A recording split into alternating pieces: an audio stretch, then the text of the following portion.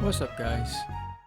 Welcome to drawing the Crazees. So, as we get ready to launch the Kickstarter for Catch the Crazees, our newest comic book endeavor, on the 26th of September, I decided that I wanted to put out content on a consistent basis. I'm not sure if it's going to be daily, but I will try as much as I can. But on a consistent basis, to give anybody who's interested an insight into the characters, their psyche, the premise, why the Crazees, and as much as information as possible to get you, the listener, the observer, an opportunity to get excited and support Catch the Crazees.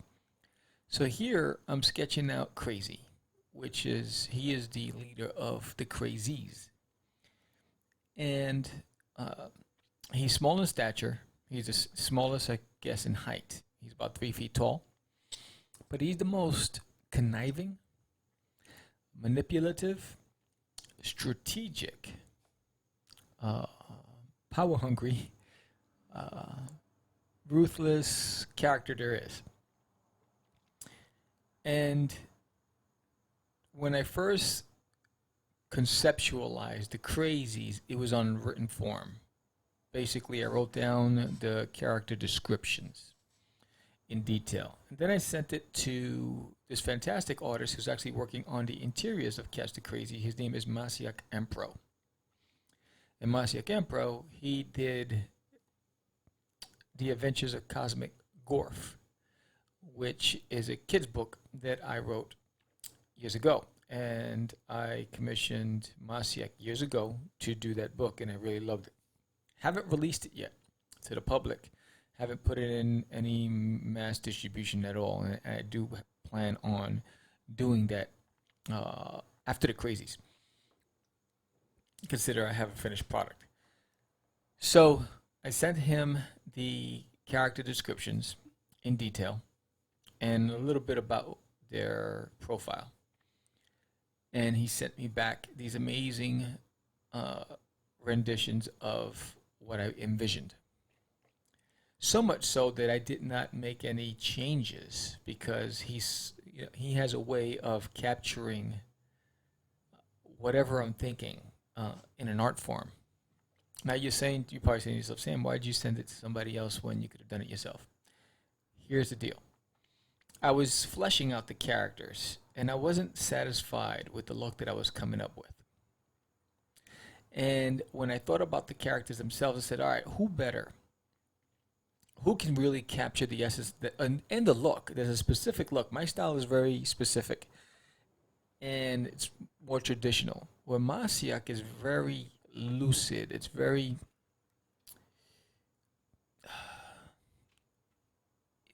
if you can put it in terms of like Soho versus Midtown versus, the Upper West Side, right? So if you put those together, you would think, I would categorize Masiak's style as Soho. He has this fresh, urban, unique feel to his style of art. And I felt that commissioning him to do it would have been was the better route for me. So I did. And he's done an amazing job. So much that I love just recreating the designs. And you've seen it on the Instagram page. And if you haven't been to my Instagram, you should check it out. And I've done a lot of promo pieces. They're not necessarily going to be the final covers, but they're cover pieces that I've developed, illustrated to be able to have content on the Kickstarter page when we go live September 26th. Hopefully by then, because Masiak is in the middle of fleshing out the pages. So he'll send me his thumbs for all the pages within a few days, and I'll review it and give him feedback afterwards, whether or not I want anything change. I normally will dissect it first, write down my notes, then I'll get George on Zoom, and then I'll get his feedback, his point of view to see if we're in line, and then we'll green light going into finished pages. So Crazee, and why Cast the Crazies? You probably asked. If you haven't seen episode 200 of Cast the Craze podcast, you should check it out because there's a little documentary type video where we explain it. But since we're here and we're talking, and since you asked, I think I'll just go ahead and answer it. I wanted to do something that was in line with the podcast. Something, one entity, one brand, one focus. And so, Cast the Crazies, my imagination runs wild. So I said, all right, Sam, if you know who I am, if you know me, I want to take over, right? I want to be the leading show. I want everything. Who doesn't want to be the best, right? Can you attain that? Who knows? Anything is possible when you put in grit, work, and grind. So I said, all right, take that motivation with the fact that it's been a challenge rebuilding Catch the Craze podcast because I walked away from it at the height. We were one of the early podcasters when podcasting was just coming around. It wasn't as big as it is now. And when I looked at my data, thousands and thousands and thousands of views and hits. I didn't understand what that meant. So I walked away from it. And by walking away, I didn't realize what I gave up. But I knew what I missed. So years have gone by, and it's always been in the back of my mind. And then, George and I regroup. I was already considering bringing back Catch the Craze, and I was like, "Yo, George, you want to get down?" He's like, "Yes." And we brought back Catch the Craze. Now,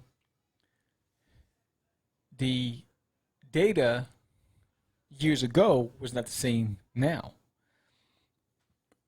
So it was easier to get listeners. It was easier to get the hits and the following back then. Now I was in the sea with hundreds of thousands, millions of people who were podcasting. And people forgot. After 10 years, they forgot who I was and what we did. So we find ourselves fighting for a piece of the pie. So hence, that was the beginning of Catch the Crazies. Because if you watch the show, you've seen that I created the Crazy Man, which is my alter ego. He has the afro and the bell bottoms and the platform shoes. That was the supernatural. So it started.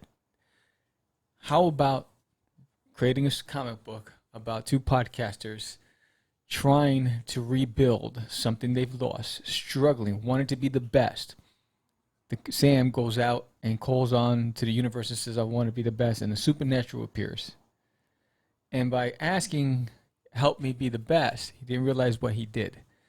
Right? So watch what you ask for, lest it come true. The crazy man, thinking that he's helping, actually does more damage than good by unleashing the crazies onto the populace. And so that's one side of the story.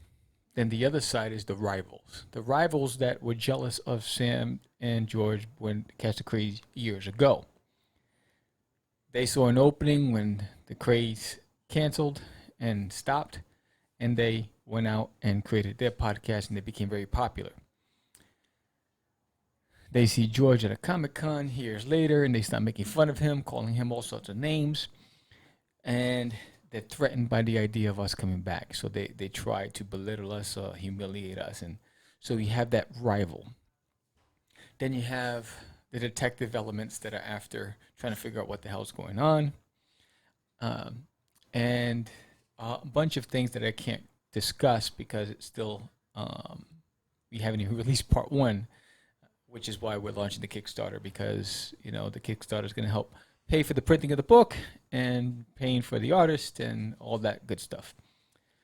So here I'm using the equivalent of Copic markers. So I didn't get Copic because They were like 10 times more than this set that I bought. And this was an 80-pack set that I purchased for $29 on Amazon.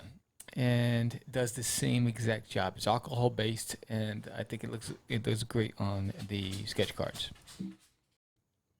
Yeah, so basically I just sketched it, went over it with some ink, and then just went over the pencils and the ink with these markers. Just because I wanted to just put some content daily, was as much as possible, on top of the other shows that we're recording. So this is Crazy. And he is done. Thank you for watching. And next episodes, I'll be doing a few of the other characters. Talk to you soon. Peace.